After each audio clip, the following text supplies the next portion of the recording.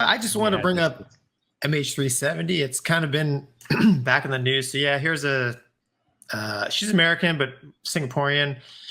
And I guess she made a bad joke about MH370. I listened to it. It's a little bit vulgar. It's Jocelyn Chia, I think is how you pronounce her name. So she made a joke about a month ago about MH370. I thought it was a little distasteful. But in addition to her kind of bringing MH370 back, it's hard to believe it's been 9 years. And there's also a Netflix documentary or show that is pretty new that they have a whole bunch of theories on why it disappeared. I've watched part of it. Do you want to listen to her? Do you want to play? I got it queued up if you want to hear it. Earmuffs, kids. No, it's all. This is what you sent me. It's G-rated. Okay, so this is the previous. She's talking about breakup revenge and yeah. Play. Now Malaysia, y'all try to come around like, hey, Singapore, you're looking good lah. And we're like, I know, but why haven't you visited me in 40 years? And you're like, oh, yeah, I tried, but you know, my airplanes cannot fly.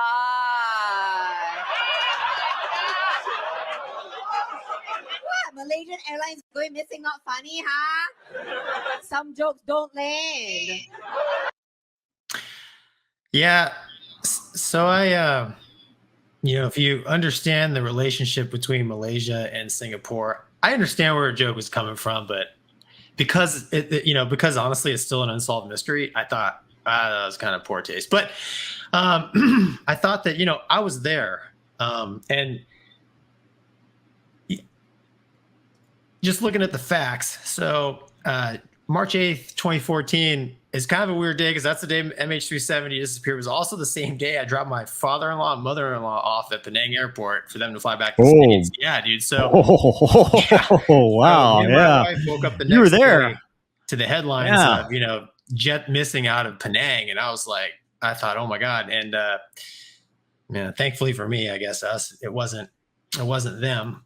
But, at the time, everybody is like, it disappeared off the coast of Vietnam, way to the northeast. And so, I hop on my scooter and I go to work, and all the guys were there, and all the jets had 3 tanks on them. And I'm like, you guys been flying? Like, yeah, man, we went and looked for MH370. I'm like, in Vietnam? I'm like, how did you have tanker support? Like, no, they're like, we went northwest the other way. And I was like, that's weird. It's not over there. It wasn't until about 2 weeks later it came out that, hey, actually it did go that way. So, I won't speculate, but the facts I know is that I've flown all over Malaysia, and they actually have really good radar coverage. And people who fly in the U.S. don't realize this, but in a lot of countries, the airspace is primarily controlled by the military. So military controlled airspace, plus, old Jocelyn here is from Singapore, and just from observing the Singaporeans and the Malaysians, how they react to each other's activity, I'm pretty sure they probably were seeing what was going on too. So I'd find it hard to believe that air defense radar wasn't able to track that airplane quite far, because a 777 is a big airplane. And, the raw return, it's not stealthy, not designed to be stealthy. No. And the raw returns on that thing, you're going to pick it up for a long way. So even at low altitude, it's a big RCS. Yeah. And the captain, I can't remember his name, but he didn't live far from me. And I just, based on what I saw and experienced, there's still a lot of questions on my mind what happened. It's a sad thing. And, all the focus is on MH370, but, in 2014, Malaysia lost 2 777s. They had the one get shot down by the SAM, MH17, I believe. So this joke is not just 370. This is, like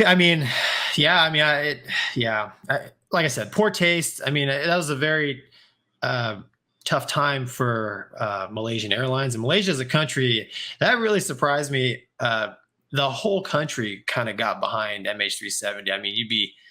I'd be on the ferry on my scooter, and there was people with MH370 stuff, like shirts and whatnot, stuff you never see in the States. So, it's like a 9/11 kind of. It's a major event. TWA 800. That captures the public attention. I absolutely believe that. It does, and Malaysian Airlines is the country airline, so there's a lot of pride there. And in Asia, things like that mean something. Like the country's airline, it's a source of pride. And I know that the fact that it's an unsolved mystery, and because it's unsolved, it kind of made the government there look, it made them look a little bit bad, I think. But well, I mean, it's if Ocean Gate has taught us anything, the ocean is deep and unforgiving. Yeah. I mean, that thing, there's a lot of territory for that.